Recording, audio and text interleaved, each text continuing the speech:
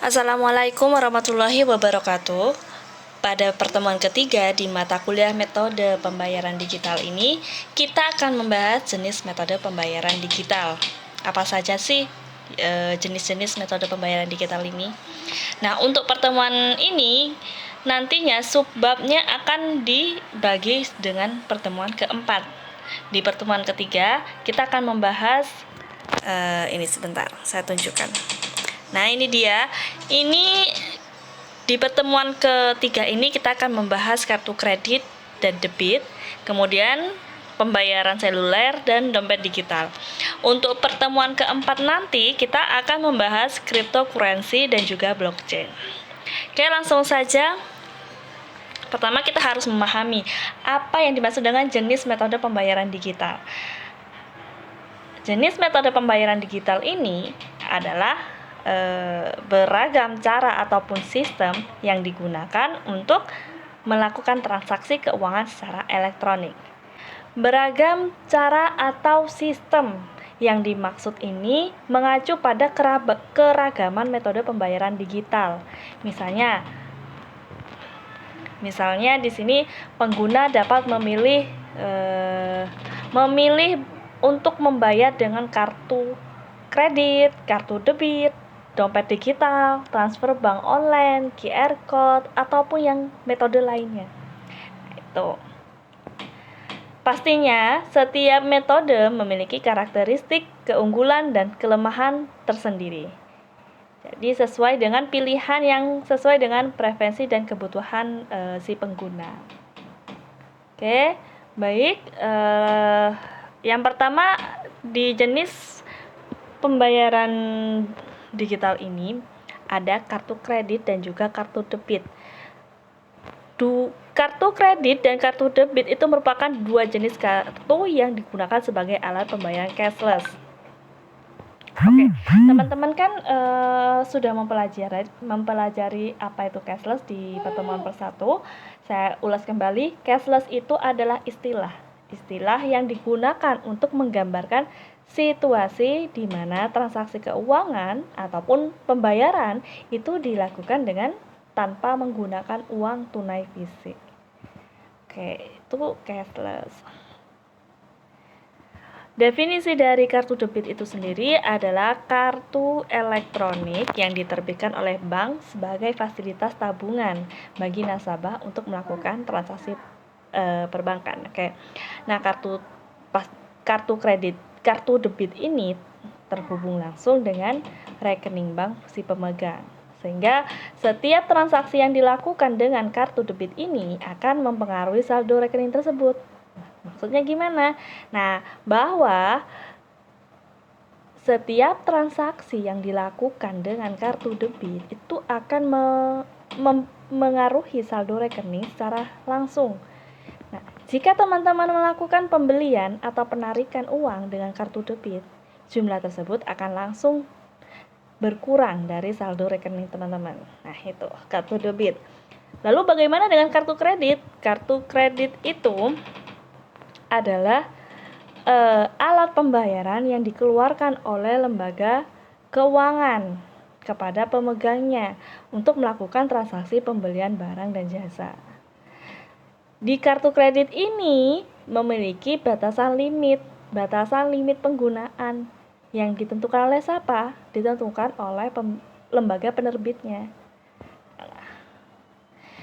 Jadi kartu kredit itu berbeda dengan kartu debit meskipun fisiknya itu sama sebuah kartu.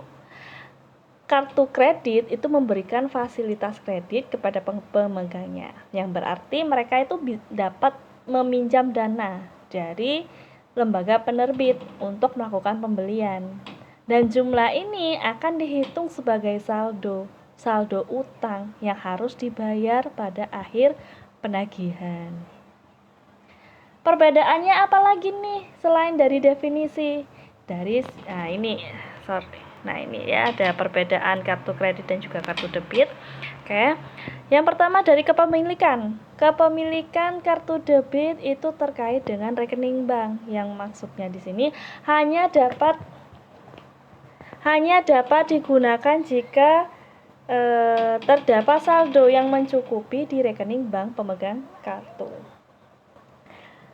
Lalu gimana dengan kartu kredit? Kartu kredit ini tidak terkait dengan berapapun jumlah saldo di rekening si pengguna, rekening bank, itu tidak ada kaitannya.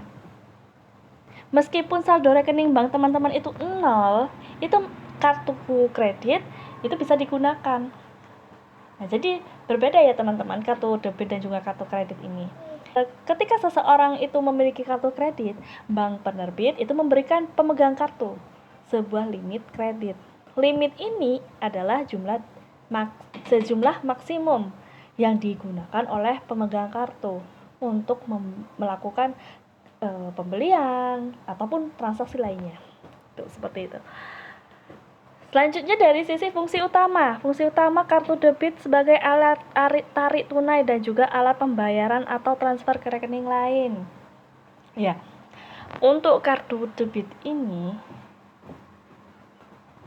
itu fungsi utamanya dia bisa tarik tunai dari ATM terdekat. Dan juga bisa alat pembayaran. Transfer juga ke rekening, baik itu sesama rekening ataupun rekening yang lain di bank lain. Itu fungsinya dari kartu debit ini. Kemudian untuk kartu kredit itu adalah sebagai alat pembayaran juga peminjaman. Alat pembayaran ini jika si pengguna melakukan pembelian barang maupun jasa dengan menggunakan kartu kredit atau membayar tagihan dengan kartu kredit. Nah, kartu kredit ini juga sama dengan kartu debit, bisa melakukan transfer dan tarik tunai, tetapi biasanya dikenakan biaya tambahan untuk kartu kredit ini. Nah, selanjutnya limit penggunaan. Dari sisi limit penggunaan, kalau kartu debit itu tidak menerapkan limit, si kartu kredit itu memiliki batasan limit. Batasan limitnya dari mana? Dari lembaga penerbitnya. Kemudian dari sisi biaya yang muncul di kartu debit itu ada biaya penarikan di ATM kalau melakukan penarikan di berbeda ATM. Kemudian ada biaya administrasi, ada biaya penggantian kartu jika kartu itu rusak ataupun hilang, dan kemudian juga ada biaya saat penutupan rekening. Nah, untuk kartu kredit sendiri itu ada biaya tahunan, biaya bunga, biaya keterlambatan pembayaran, kemudian ada biaya penarikan, dan juga ada biaya penggantian kartu jika kartu tersebut rusak ataupun hilang. Oke, itu dia perbedaannya antara kartu kredit dan juga kartu debit. Mungkin dari teman-teman saya rasa ini adalah sesuatu yang umum. Teman-teman mungkin sudah tidak asing lagi mendengar kata kartu kredit dan juga kartu debit ya. Nah, oke. Kita langsung saja masuk ke pembayaran seluler kita langsung masuk saja di pembayaran seluler dan juga dompet digital. Nah, pembayaran seluler dan juga dompet digital ini dua bentuk pembayaran non tunai yang semakin populer di era digital. Ya, benar sekali ya. Kita sudah sering sekali menggunakan pembayaran itu menggunakan seluler dan juga dompet digital. Definisi dari pembayaran seluler itu adalah metode pembayaran yang memungkinkan individu atau bisnis melakukan transaksi melalui perangkat seluler, baik itu smartphone maupun juga tablet.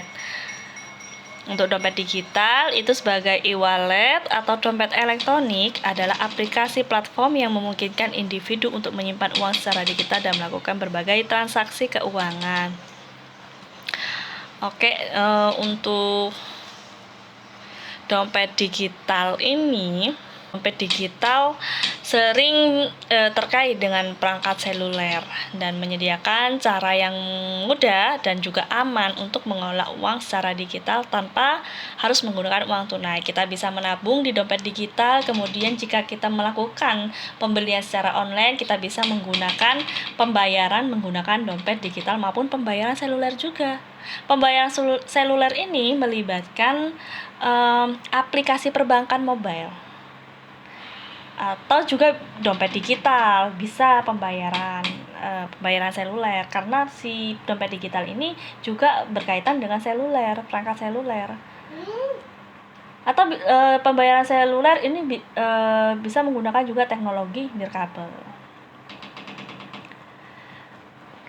Oke, contohnya seperti apa sih dompet digital ini? Kalau teman-teman belum mengetahui, belum pernah menggunakan atau belum pernah mendengar kata dari dompet digital, kita lihat dulu.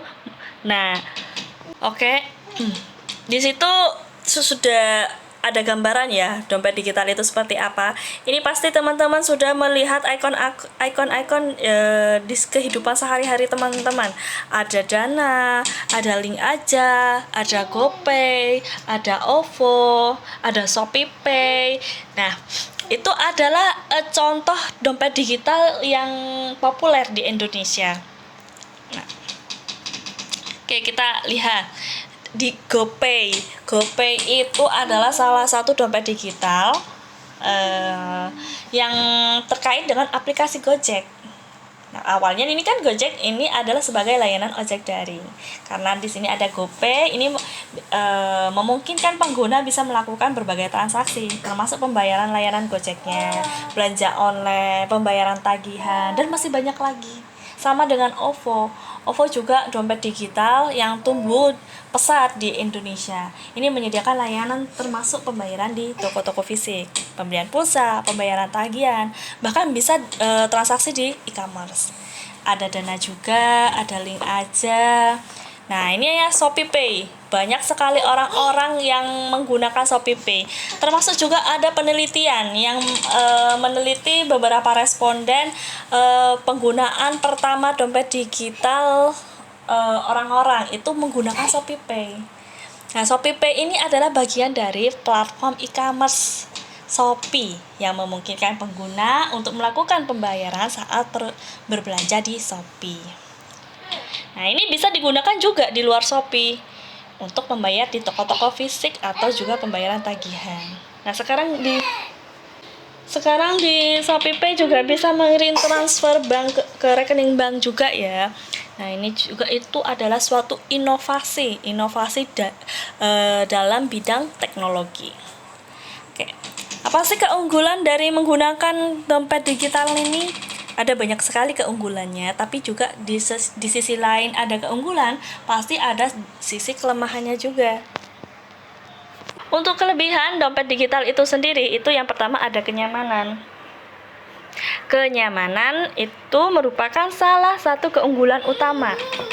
Kenyamanan itu merupakan salah satu keunggulan utama dari pembayaran seluler dan juga dompet digital.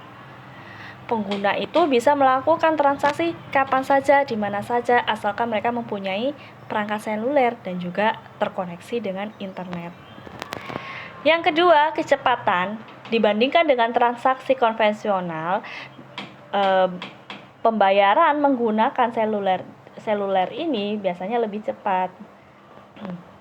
Pelacakan transaksi di dompet digital itu juga menyediakan riwayat transaksi.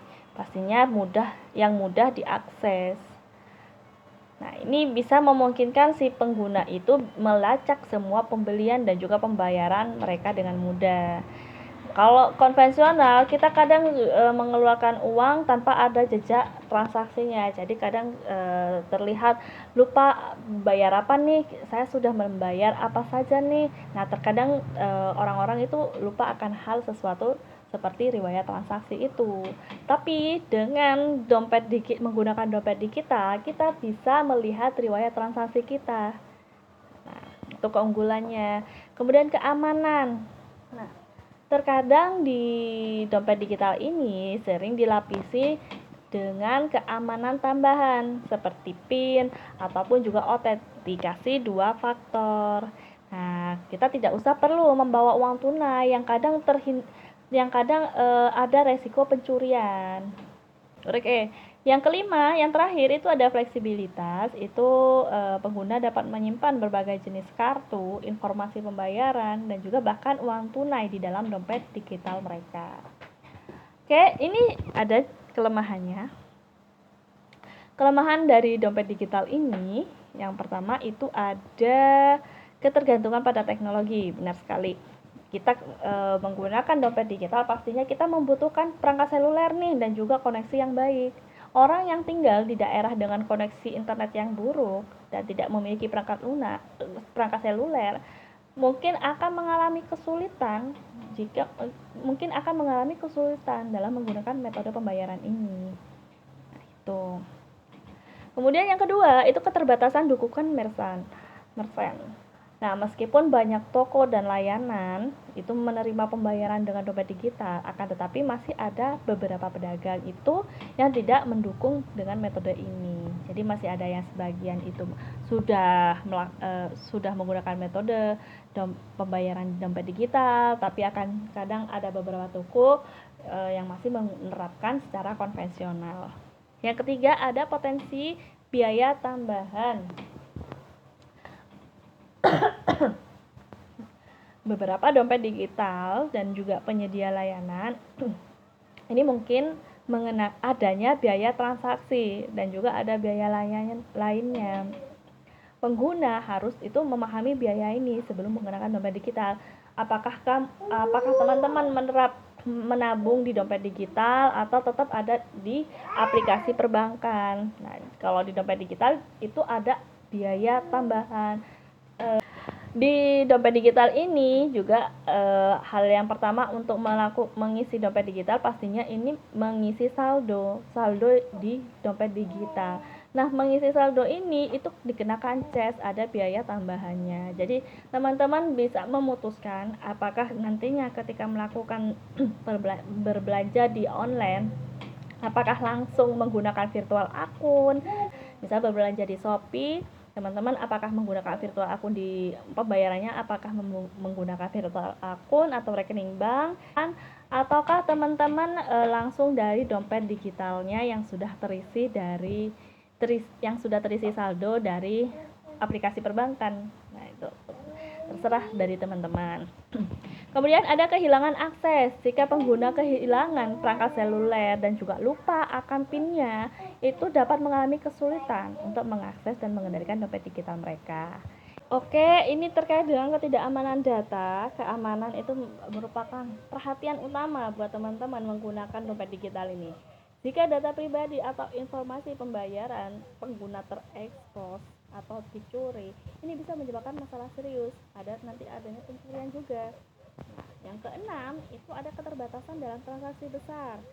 Nah, ada keterbatasan dalam transaksi besar untuk beberapa jenis pembelian besar, terutama melibatkan transfer uang yang besar-besaran. Pembayaran dengan dompet digital ini mungkin tidak praktis atau perlu melakukan proses tambahan. Ada video singkat yang berisi tren penggunaan dompet digital Indonesia. Kenapa sih pengguna itu alasan pengguna menggunakan dompet digital? Kemudian ada dompet digital apa saja yang populer, dan teman-teman bisa lihat di sini. Kamu pasti sudah akrab dengan dompet digital atau e-wallet kan? Nah, kali ini Ekrut akan membahas tentang tren penggunaan dompet digital di Indonesia. Simak selengkapnya yuk! Tahukah kamu ternyata 9 dari 10 pengguna internet di Indonesia dalam rentang usia 25 hingga 35 tahun merupakan pengguna aktif dompet digital? Menurut riset dari Ipsos, awalnya dompet digital digunakan hanya untuk kepentingan promo. Tapi seiring meningkatnya pengguna, promo tidak lagi menjadi satu-satunya daya tarik. Riset dari Ipsos juga menemukan bahwa 68% responden menggunakan dompet digital paling tidak seminggu sekali. Sementara 32% lainnya menggunakan lebih sering karena merasa nyaman bertransaksi cashless. Riset dari Lembaga Jejak Pendapat atau Jakpat yang dilakukan kepada 2.496 responden menemukan beberapa alasan. Beberapa alasan diantaranya adalah mudah digunakan, banyak menawarkan promosi, mengurangi penyebaran virus corona, keamanan terjamin, mudah mengakses riwayat pembelian, dan beberapa alasan lainnya. Lalu, siapa sih masyarakat yang paling aktif menggunakan dompet digital? Ya, tebakanmu benar. 38% pengguna berada di rentang usia 25-35 tahun. 34% berusia di bawah 25 tahun, dan 28% berusia di atas 35 tahun.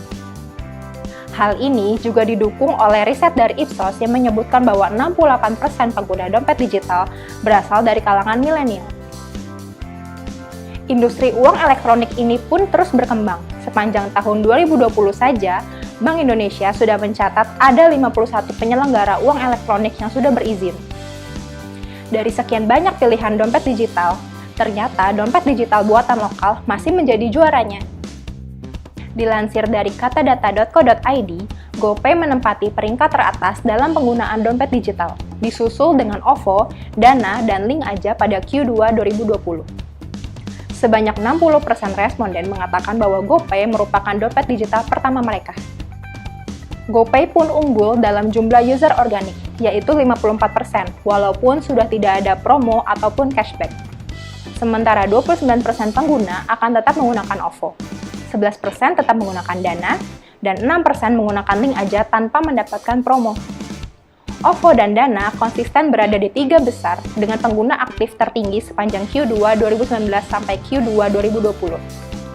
Menarik ya melihat pertumbuhan dompet digital. Tentunya, teknologi ini juga sangat bermanfaat di masa pandemi saat ini, ketika kita harus meminimalisir penggunaan cash.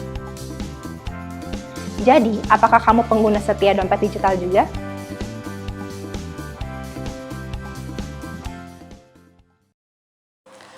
Oke, itu dia video singkat mengenai tren penggunaan dompet digital, di mana sejak tahun 2020 itu udah ada 51 penyelenggara uang elektronik, dan 68% pengguna uang elektronik ini berasal dari kalangan milenial.